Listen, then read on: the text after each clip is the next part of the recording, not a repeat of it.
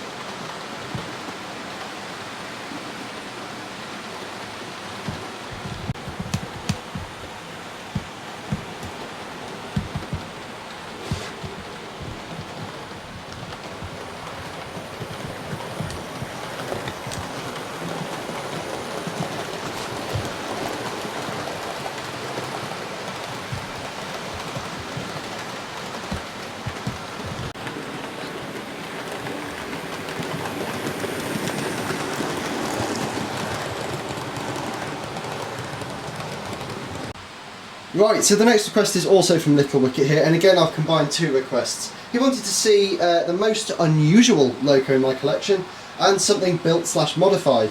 And so for that, I'm running, if it works, my scratch-built Class 139 Parry People Mover. As I said, it's nowhere near finished. As you can tell, it's still in primer and such like, but when this is finished it will represent the Class 139 units as used on the Stourbridge shuttle branch. I've been out, measured it up and everything, so it will be dimensionally accurate, but yes, it's running on a K's motorbug, it's DCC fitted, so we shall see how that goes around the layout. Now the real things have only got a very slow top speed, I think it's about 15 or 25 miles an hour, but this thing is naturally incapable of doing that sort of slow speed, so yes, it's going rather fast, but you know, who says you can't have a racing train? She does make an absolute racket, this one. She sounds like the real thing, but I have managed to slow her down a bit. Our next request is the last one off YouTube, and it comes from Little Wicket Railway again. So thanks for all your requests, support is appreciated. He wanted to see the most realistic formation possible, and so for that I've chosen something I saw at the Severn Valley Railway last year. This is the first thing that came to mind. It was, of course, the Bachmann 57XX with a short rake of LMS coaches, and if I can find it, I will link the video of the real life thing in the top corner. So yes, the Bachmann 57XX, it's a nice enough little engine, the detail's a bit coarse. I'm very tempted, to be honest, to sell this one and buy an Acura scale one, but yes, we shall see how they come on. and it's towing some rather crusty old Hornby ones, LOS coaches that is, which I'm not a huge fan of, so I don't tend to run, but yes, they do look quite good behind it, I have to say.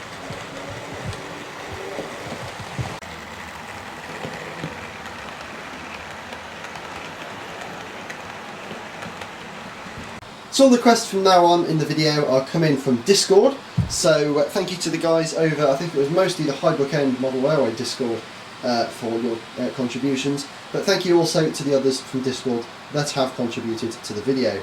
So the first one is coming in from Thatcher's Trams and Trains. You wanted to see the Bachmann Class 170, which is not a unit I've seen, it's not a unit I've used very much on the channel. It would be good if I can get my words out, wouldn't it? But here it is anyway, it's a 3-car set. And off she goes around the layout.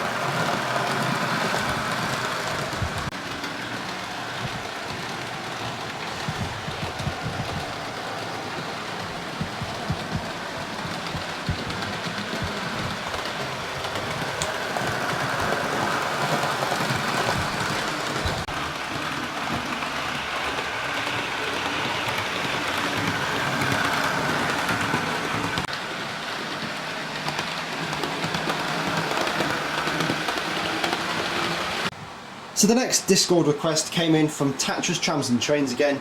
He wanted to see 2 of my units coupled together. He wanted to see the 158 and the 153. So these both, when I'm not chucking stuff off the edge of the baseboard by mistake, I will get my words out properly. Both of these are DCC units, they're both DCC fitted. So what I've got is I've got my 2 DCC handsets. I use an NCE power cab and an extra cab. It says Power Pro on it, so yeah, it is. That's the extra handset, and I use the standard NCE power cab one. Anyway, so what you wanted to see was those 2 coupled together. Now I fitted my Hornby 153 with the same functional BSIs that the 158 is fitted with, in place of the NEM socket. So what I'm going to do is change the direction on the 153 and bring it forward a little bit into shot a bit better, like that. Should bring it forward a bit more. Okay, and I'm now going to get the, when I press the right button, I'll bring the 158 forward. Only I won't, because I've got the brake on, so I'm going to bring them together and stop it just short, put the brakes on to make sure they don't actually couple, and then I have to get the hand of God in on this.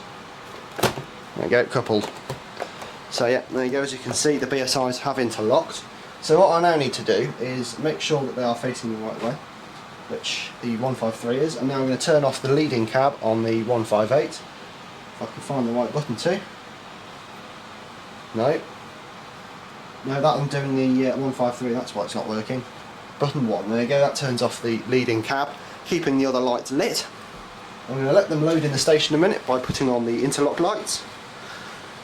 And the station's clear, so what I'm now going to do is I'm going to give the 153 a couple of notches of power, and then give the 158 some notches of power on the other handset, and you will see, if I remove the box van that's rolled into the way, that they move off nicely together.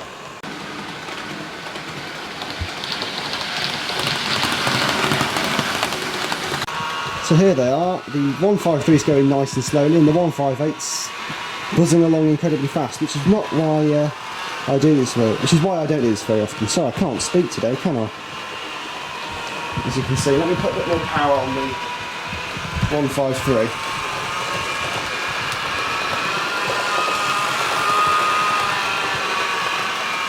So I'm not going to do that for very long because it can burn it out, and I don't want that. So I've just turned off the 158, and it's got a lot of inertia built into it, so we shall see how long it takes before it stops.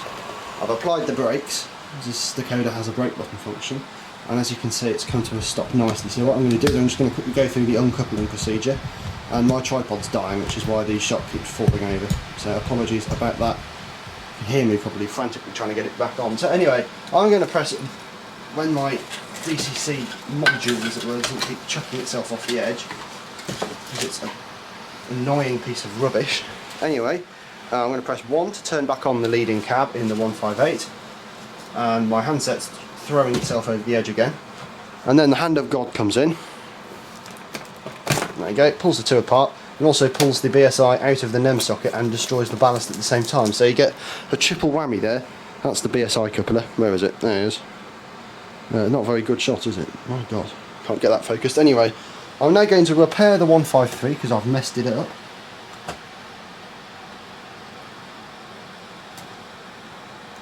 Bet you weren't expecting to see this. Timber Valley Productions repairing a Class 153. Right. Now Timber Valley Productions has repaired his Class 153 and re-railed it properly, which is yet to happen. Right, now it's re-railed properly. I will put the lights back on, since they went off. That should be on now. Change the direction. Change the direction. There you go. Give it a bit of speed, that can go off. And then the 158 will disappear off individually in the other direction. There we go. Go.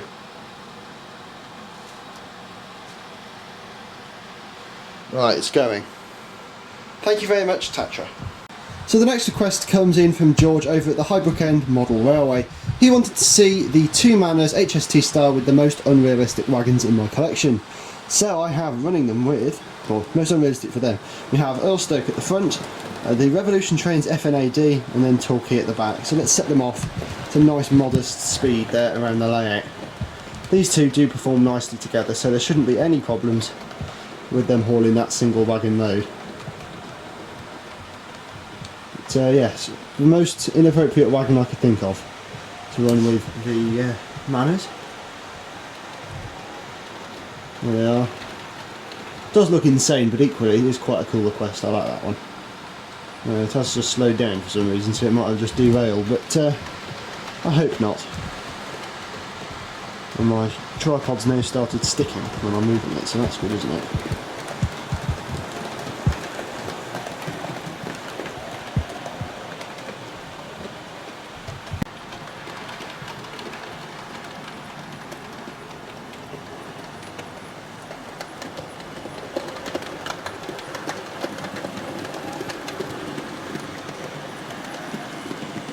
The next request is again from George over at Highbrook End. This is probably my favourite request today. It's just super cool and I like it a lot. As you can see, it does involve the Lima Class 20, which is always a good sign because they are very, very nice engines, those.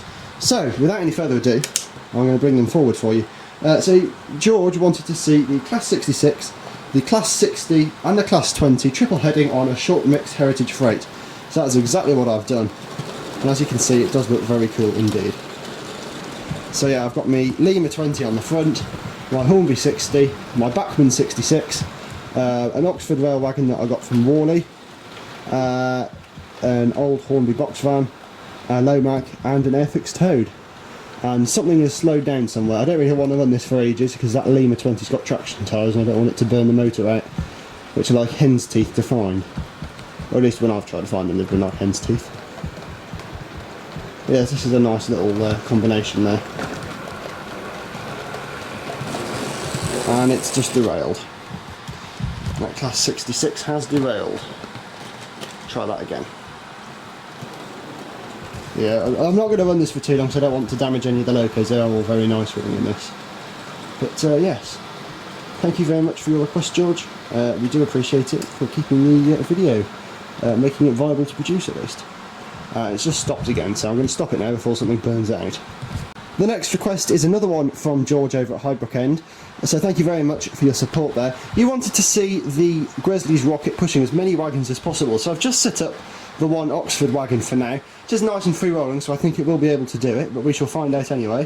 So I'm going to set Gresley's Rocket up to max and give it a quick nudge, and as you can see, it did manage to successfully push it. So I'm going to do it again. Stop her there. Oh, where is it? There it is. Stopped it, and we shall add another wagon to it and see if it can haul that. Coming in for a collision. Right, so I've just set up another Oxford wagon there behind it, so we shall see if it can haul that. I think it will, but we shall find out. But yes, it can. Oh, having said that, going up the slight incline, it's not very happy about it.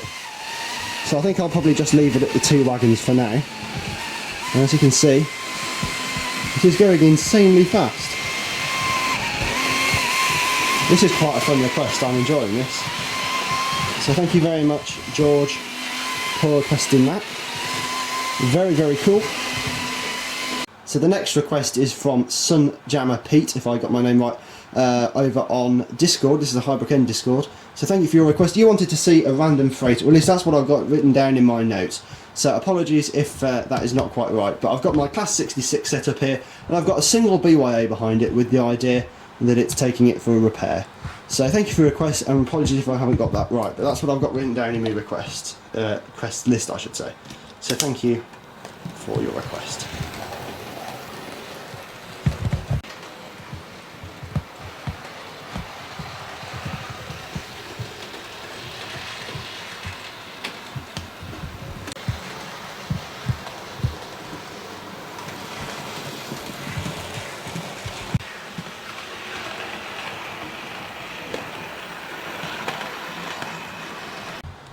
So the next request is come in from on the main line over on Discord.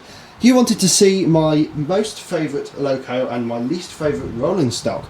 So I have got my Hornby Merchant Navy. This is the recently released one. Costs an absolute fortune, but definitely worth it. Set that up with some Hornby Coca-Cola wagons, which as you can see are balancing on top of there rather precariously and wobbling around as well. Yeah, I'm not a huge fan of those wagons, of that one wagon I should say. It was sent to me as compensation by Hornby when they managed to lose a loco I sent in for repair. So we've got that, and behind that I've got two old Hornby HIAs, and that's my dehumidifier beeping at me to tell me it's full. We've got the two HAAs I should say behind there, the old Hornby ones. They're not my least favourite, but equally I'm not a huge fan of them either. So I don't really have a least favourite piece of rolling stock, but I've put together three pieces of rolling stock I'm not a huge fan of with my favourite loco. So we shall send them off and watch them around the track. But yeah, I just love this Merchant Navy. It's so smooth, the detailing is fantastic, and it's got such character. It looks absolutely beautiful, especially when it's got a couple of nice coaches behind it too. As you can see today, it hasn't got nice coaches, it's got some turds behind it, but you know.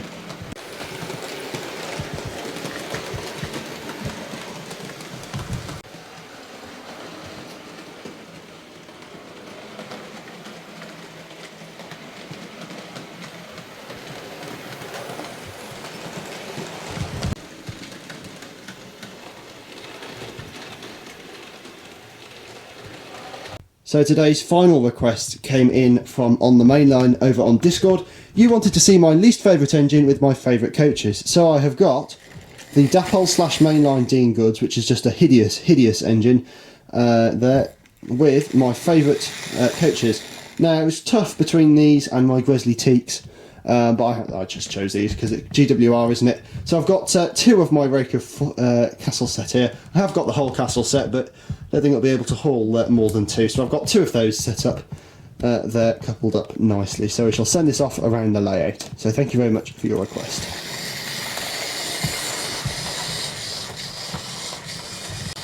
Yeah, it's just not a very nice engine, this one. Very naff, and as you can see it keeps stopping. Tender drive, of which the wheels are made of plastic. Yeah, I wouldn't recommend these at all. As you can see it just keeps stopping. Mine is a Dapol version of the mainline tooling. At least it came in a Dapol box. So anyway, this was gifted, well I say gifted to me, it was given to me. But yeah, not a fan of this.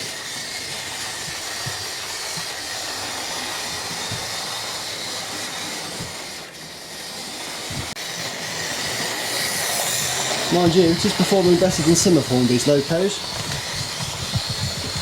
particularly the HST that I reviewed not so long ago.